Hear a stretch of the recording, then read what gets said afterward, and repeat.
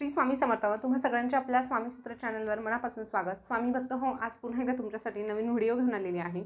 आजच्या व्हिडिओमध्ये आपण एक अशा प्रश्नाचं उत्तर जाणून घेणार आहोत जो प्रश्न बऱ्याच जणांना पडतो. आणि तो प्रश्न कसला आहे किंवा कुठला आहे तर इच्छा प्राप्तीसाठी कुठली सेवा करावी किंवा गुरुवारच्या दिवशी कोणत्या सेवा केल्या तर आपल्या इच्छा लवकर पूर्ण होतील अशी एखादी प्रभावी सेवा सांगा. या प्रश्नाचं उत्तर घेऊन आपण आजचा हा व्हिडिओ बनवलेला आहे. त्यासाठी व्हिडिओ शेवटपर्यंत आवर्जून बघा. तुमच्या सगळ्यांच्या प्रश्नांची उत्तरं देण्याचा पुरेपूर प्रयत्न केला तरीही जर तुम्हाला काही विचारावं असं वाटलं तर तुम्ही ते नक्कीच विचारू शकतात.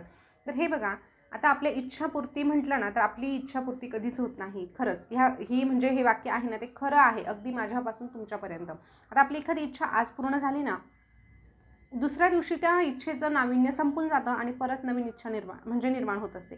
असं इच्छा वाढतच जातात, परंतु ह्या इच्छा कुठेतरी थांबवणं देखील गरजेचं आहे. ज्या इच्छा म्हणजे त्याने आपल्याला जीवनाला फारसा काही फरक पडत नाही ना, त्या इच्छा नाही पूर्ण झाल्या तरीही समाधान मानायला हरकत नाही.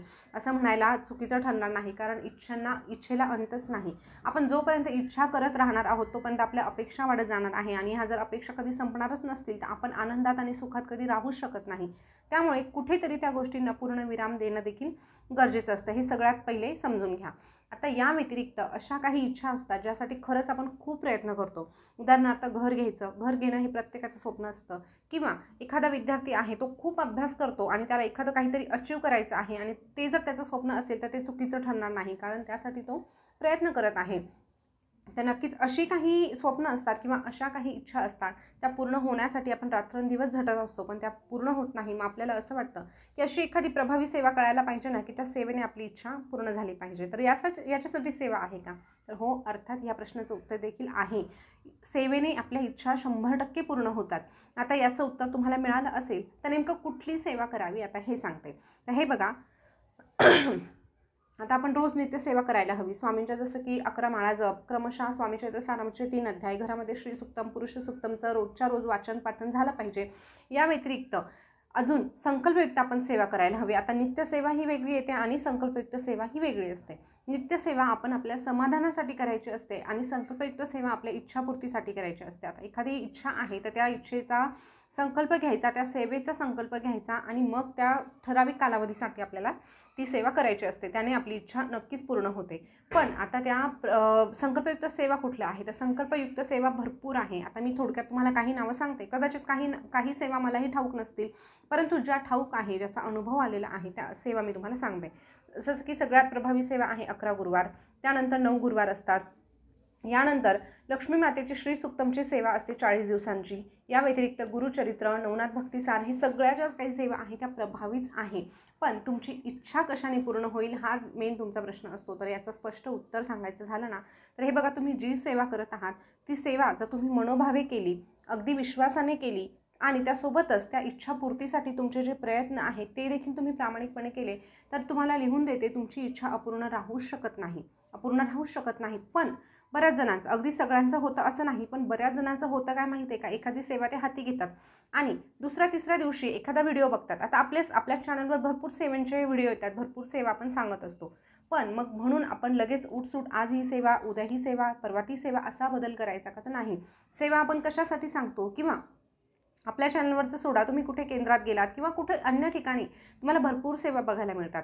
पण म्हणून असा अर्थ नाही की मग कालची सेवा आज सोडून द्यायची, पुन्हा नवीन सुरुवात करायची. हे बघा, सेवा या सांगण्यासाठी असतात. ज्याला जी सेवा झेपत असेल, ज्याला जी सेवा आवडणार असेल, करणं शक्य असेल, तो त्या सेवेचा स्वीकार करेल आणि ती सेवा करणार आहे. याच्यासाठी आपण वेगवेगळ्या सेवा सांगत असतो. परंतु याचा अर्थ असा नाही की मग काल हे सांगितलं मग काल मी ते केलं, आज हे सांगितलं तर मी आज हे करणार नाही. तुम्ही जी सेवा हाती घेतलेली आहे ना ती सेवा तुम्ही विश्वासाने करा. आता त्यावर मग तुमचा थोडा अविश्वास आहे आणि म्हणून तुम्ही सेवा दुसरी घेत असाल तर मग तुम्हाला कुठल्याच सेवेने फळ मिळणार नाही, हे अगदी स्पष्टपणे सांगते. त्यामुळे तुम्ही जी सेवा करत आहात ती विश्वासाने करा. त्यासोबत तुमचे जे प्रयत्न आहे ते किती प्रामाणिकपणे तुम्ही करत आहात या गोष्टींकडे देखील तुम्ही मनापासून लक्ष द्या. ह्या 2 गोष्टी करून बघा, नक्कीच तुमची इच्छा पूर्ण होईल. या व्यतिरिक्त म्हणजे एकासोबत आपण अजून संकल्पयुक्त सेवा करू शकतो का? तर हो.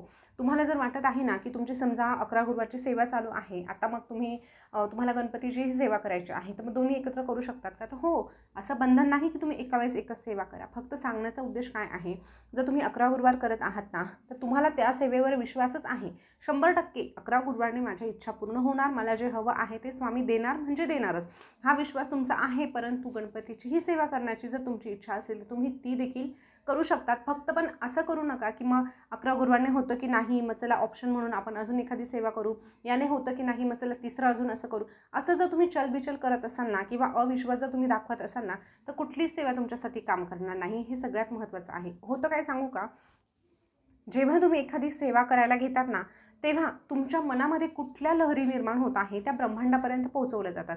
उदाहरणार्थ, आता समजा मी 11 गुरुवार करणार आहे, माझ्या मनामध्ये हा विश्वास आहे की नाही, माझा 11 गुरुवारवर विश्वास आहे, ह्या 11 गुरुवारमुळे स्वामी माझी इच्छा 100% पूर्ण करतील. तर लगेच त्या सकारात्मक लहरी ब्रह्मांडापर्यंत पोहोचत असतात आणि ब्रह्मांड त्या इच्छा पूर्ण करण्यासाठी काम करत असतं.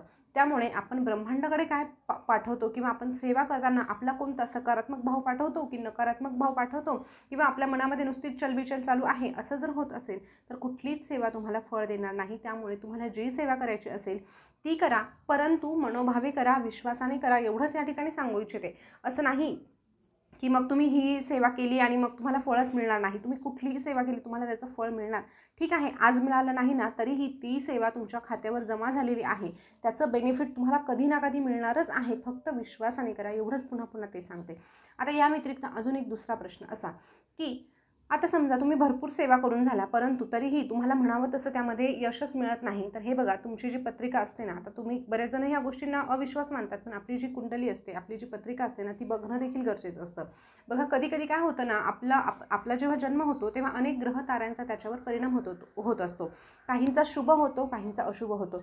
जर समजा आता एखाद्या व्यक्तीच्या पत्रिकेमध्ये एखादा ग्रह जर कमजोर असेल तर त्याला त्या ग्रहानुसारच सेवा करावी लागणार आहे, तेव्हा कुठे तो ग्रह मजबूत होण्यासाठी मदत होणार आहे.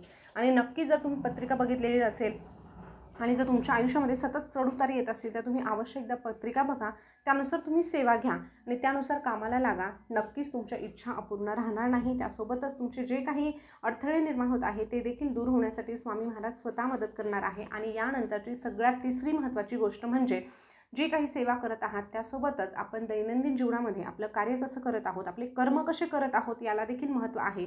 एकीकडे आपण सेवा करत आहोत आणि एखाद्याला जर एकीकडे फसवत आहोत, एखाद्याला मारहाण करत आहोत, एखाद्याला अगदी मानसिक शारीरिक छळ करत आहोत, तर त्याचं फळ आपल्याला कुठेही कधीही मिळणार नाही. हे देखील गोष्ट लक्षात घ्या. बरेच जण म्हणतात की किती लोक भ्रष्टाचार करतात पण त्यांचा आरामात चालू आहे, व्यवस्थित चालू आहे, पण नाही, त्याची नोंद देखील कुठेतरी म्हणजे होत असते आणि त्याचं परतफेड आपोआप नंतर त्यांना मिळणार असतं. त्यामुळे तो तसं करतो म्हणून मी असं करणार असा विचार करू नका. आपले कर्म चांगले ठेवा, आपली सेवा सुरळीत ठेवा आणि जे काही कराल ते विश्वासाने करा.